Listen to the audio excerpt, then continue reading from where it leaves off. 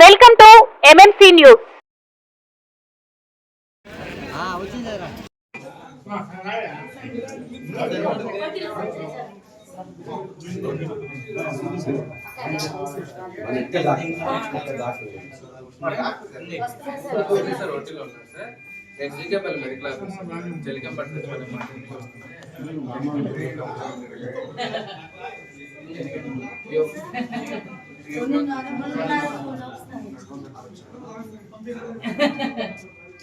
Field లో ఉండగానే వీళ్ళు లంచ్ చేసిన తర్వాత నాసియా వామిటింగ్ వచ్చేసింది సార్. మరి కంటామినేటెడ్ సాయిల్ వాటర్ వాస్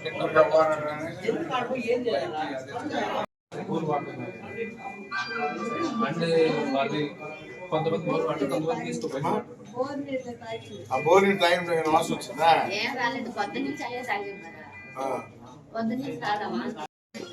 ఆమె చట్నీ తిన్నారట, దోశ తిన్నారు సార్. ఆమెకేం కాదు. కొడుకు సాంబార్ తిన్నాడు, చెంగల్ తిన్నాడు. వాడికి 3 సార్లు బేదులు 2 సార్లు ఇంటి దగ్గరే సాంబార్లో ఉండొచ్చు.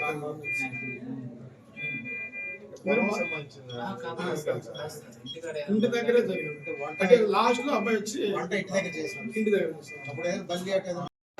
పొలం నాకు ఇంటి దగ్గర తింటే అబ్బాయి కూడా పెట్టాడు. కాబట్టి ఇంటి దగ్గరే సాంబార్లు జరిగింది.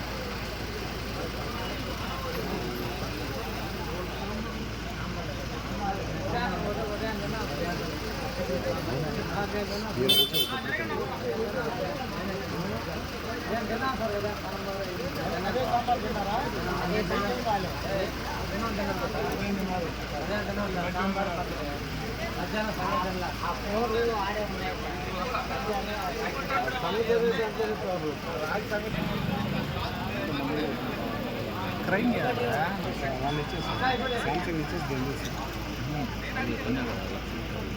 దాన్ని బట్టేసి మళ్ళీ రోడ్ తీసాం 2 లక్షలు ఇది కూడా అయితే పొలంలో ఉంటూ అక్కడ మధ్యాహ్నం భోజనంతమైతే భోజనం చేశారు.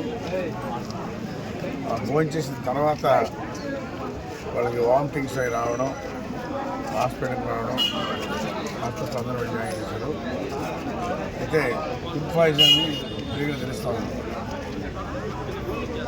దానిలో ఏమైనా పడిందా లేదా ఫుడ్ పాయిజన్ ఏందనేది 12 మంది తిన్న వాళ్ళకి 12 మందికి అయింది కాబట్టి అది ఫుడ్లోనే జరుగుతుందని చెప్పి కూడా డాక్టర్లు చెప్తున్నారు. అయితే ఎవరు కూడా ప్రాణాపాయం లేదు, దేవుని దయ వల్ల అందరూ కూడా సెమినరీలో ఉన్నారు. అందరికి కూడా సెలైన్స్ ఇచ్చారు. ఇంకా డాక్టర్ బాగా చూస్తున్నాడు. ఎవరికి కూడా ప్రాణాపాయం లేదు. కాకపోతే ఫుడ్ పాయిజన్ అయింది. వాళ్ళని రాత్రి ఇక్కడే పెట్టుకొని ఉదయం ఇచ్చారు. అందులో ఒకరిని మాత్రం షుగర్ ఎక్కువగా ఉంది కాబట్టి ఆమెని సిమ్స్కి రెఫర్ చేస్తారు. సిమ్స్లో అడ్మిట్ చేసి ఇస్తారని చెప్పి నేను కూడా డిఎంహెచ్ఓ ఫోన్ చేసి చెప్తాను. సార్, గ్రామస్తులు గవర్నమెంట్ హాస్పిటల్కి తీసుకువెళ్తే డాక్టర్లు పట్టించుకోలేదని వాళ్ళు ఆరోపిస్తూ ఉన్నారు. చెప్తున్నారు వాళ్ళు. విషయం తెలియకుండా మాట్లాడకూడదు. డాక్టర్ దగ్గరికి వెళ్ళి మాట్లాడారు. ఇప్పుడు ప్రైవేట్ హాస్పిటల్లో చేరారు, వీళ్ళ బిల్ అంతా ఎవరు భరిస్తారు సార్?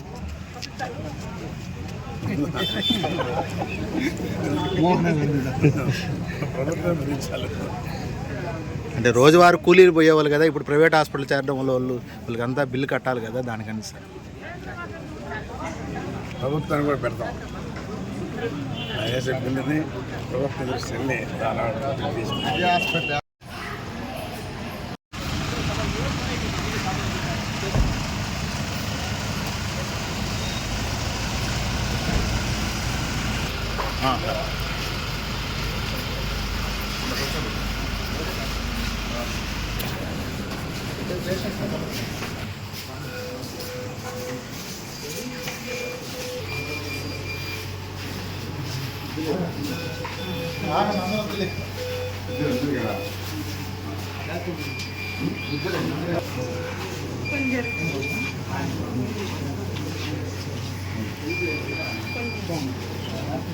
మా లడ్డు చెప్పు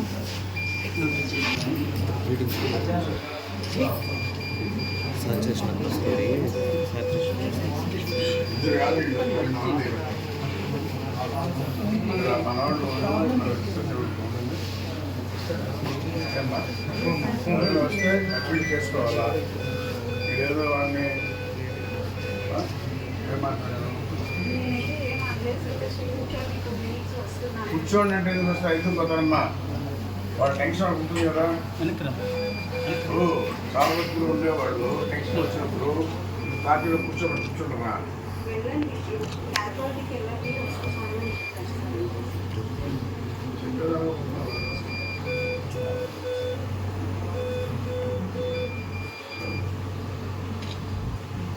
మాధవులు ఉండే టెన్షన్లో ఉంటారు, దాన్ని అర్థం చేసుకోవాలి.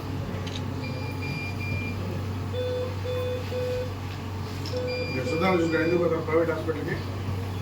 10 మంది ఉన్నారు అట్లా బయట. ఎందుకు పోతారు చెప్పండి? కావాలి కంప్లైంట్ చెప్తారా? ఇంత పెద్ద హాస్పిటల్ పెట్టుకొని బెడ్లు పెట్టుకొని ఏం కావాలని నాకు కావాలని రాసుకోవాలని చేస్తున్నాను కదా. అడగండి డాక్టర్ని, మీకు ఏం మెడిసిన్ కావాలని. గవర్నమెంట్ ఇచ్చడానికి సిద్ధంగా ఉంది. ప్రభుత్వ హాస్పిటల్లో మనం బాగా చూడాలని కాన్సెప్ట్ పెట్టుకున్నాం. అంతమంది బయటకు ఎందుకు పోవాల్సి వచ్చింది? ఇంతమంది డాక్టర్లు ఉండి మెడిసిన్స్ ఉండి ఇప్పుడు ఎవరు పే చేస్తారు బిల్లు చెప్పండి? కూలి పని చేసుకునేవాళ్ళు, మరి డబ్బులు వాళ్ళు కాదు కదా. పట్టుకుంటూ పోయి వాళ్ళు పని కూలిపోయారు. వాళ్ళు ఏదైనా మనం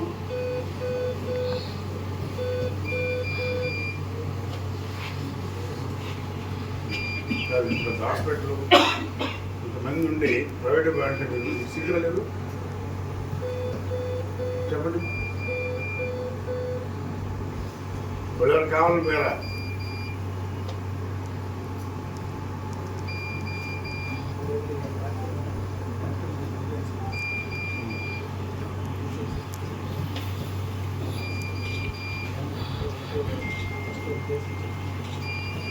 నేను చూడాలి కదా.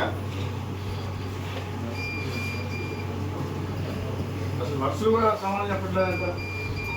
మీ డాక్టర్ కంట్రోల్ ఉంటే వాళ్ళు చెప్తారు, ఇది సర్లేని వాళ్ళు చెప్తారు.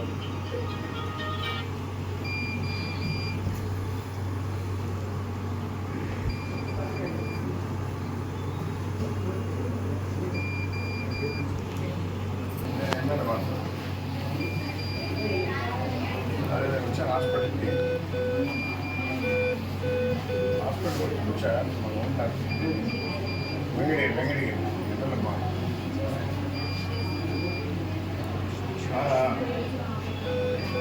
అదే ఇక్కడ 12 మందికి మామూలుగా ఫుడ్ అయింది.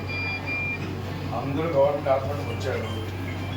ఇక్కడ సమాధానం సరిలేకుండా ప్రైవేట్ హాస్పిటల్ చేయాలి. 10 మంది పోయి ఇక్కడ ఇస్తున్నారు. ఇక్కడ హాస్పిటల్ ఉన్నారు, గవర్నమెంట్ హాస్పిటల్. వీళ్ళు ఎందుకు పంపించారు? సమాధానం సరిలే. సిస్టర్స్ ఉన్నారంట.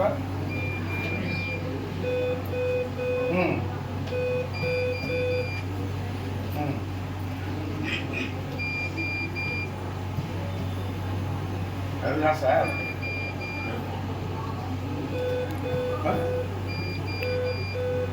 హాస్టల్ కాదు. వాళ్ళు కూలి పని చేసుకునేవాళ్ళు ఒరినాట పోయారు. కూలి వాళ్ళు ఒరినాట పోతే సంగటి పెట్టారంట. అది తినిన తర్వాత వాళ్ళకి కంటిన్యూస్గా వామిటింగ్స్ ఏమిటంటే గవర్నమెంట్ హాస్పిటల్కి వచ్చారు. వస్తే మన వాళ్ళు సమాధానం సరిలేక ప్రైవేట్ హాస్పిటల్ 10 మంది పోయి ఇక్కడ 2 ఉన్నారు. మీరు కూడా అప్పుడప్పుడు వచ్చి మీటింగ్ పెడితే అరే ఎవరైనా ఆపదగా వచ్చినప్పుడు వాళ్ళు ఏ విధంగా చూడాలా, ఏ విధంగా రిసీవ్ చేసుకోవాలా చెప్పాలా. స్కూల్లో పాఠం చెప్పినప్పుడు చెప్పాలా. ప్రతిరోజు నేర్చుకోవాలా. మాకు తెలిసిన డాక్టర్ అయిపోయినట్టు కాదు.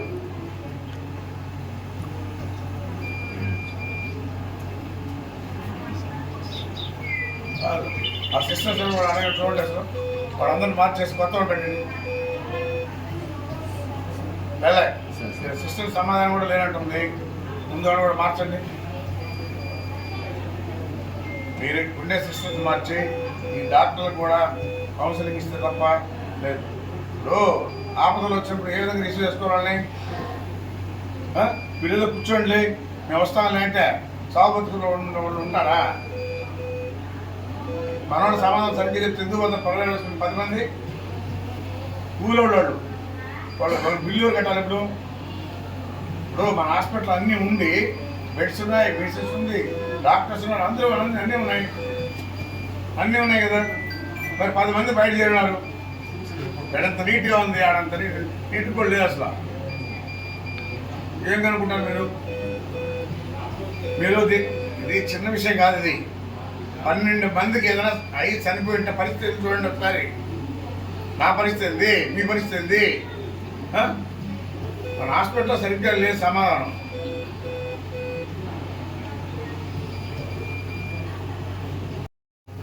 ఖచ్చితంగా సార్ వాళ్ళ మీద యాక్షన్ తీసుకోండి.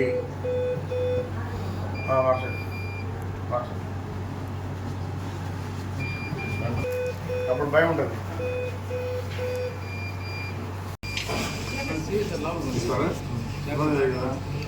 అన్ని మెడిసిన్స్ అంతా ఉంది కదా. 50,000 రూపాయలు ఇంజక్షన్ ఇస్తున్నారంటే అన్నీ ఉన్నాయి, సెలైన్స్ ఉన్నాయి, మెడిసిన్స్ ఉంది. ఇప్పుడు ఆయన యూరియా డబ్బులు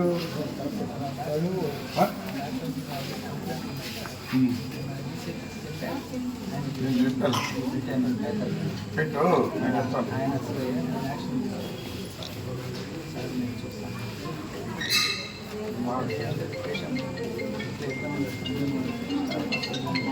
అన్న కొంచెం వెనక్కి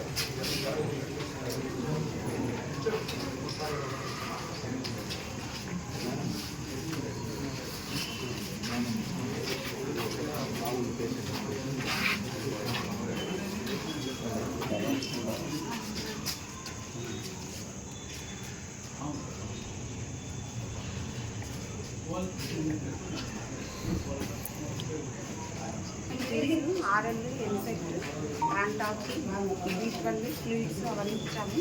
వాళ్ళ పరిస్థితి మెరుగ్గానే ఉంది. మీరు ఇక్కడికి వస్తే నిర్లక్ష్యంగా మాట్లాడారు మీ సిబ్బంది అని చెప్తున్నారు, ఎంతవరకు కరెక్ట్? అది టోటల్లీ రాంగ్ అండి. నేనైతే అట్లా మాట్లాడలేదు. జస్ట్ 2 minutes కూర్చొని వస్తాను అని చెప్పాను అంతే. Within 1 minute I was there. అంటే మేమనేది అంటే మీరు కరెక్ట్గా చూస్తుంటే ఇక్కడ నుంచి ప్రైవేట్ హాస్పిటల్కి పోయేంత విధం ఉంది కదా వాళ్ళకి. నేను వెళ్ళి అటెండ్ అయ్యే లోపలే they abuse me and they went on their own way. Saravana భవ వర్క్ యూపీవీసీ మ్యానుఫ్యాక్చరింగ్ తయారీ, UPVC mosquito, UPVC Windows, UPVC partition మరియు అల్యూమినియం పార్టిషన్, అల్యూమినియం విండోస్ మరియు అల్యూమినియం మస్కిటో. మా ప్రత్యేకత స్టీల్ ఎలివేషన్ వర్క్ మరియు గ్లాస్ ఫిట్టింగ్ చేయబడును. సరసమైన ధరలోనే లభించును. Contact K Subrahmanyam Achari. Cell number 9701643110. Nellore road, Nagamandiram ఎదురుగా, వెంకటగిరి టౌన్. శరవణ భవ.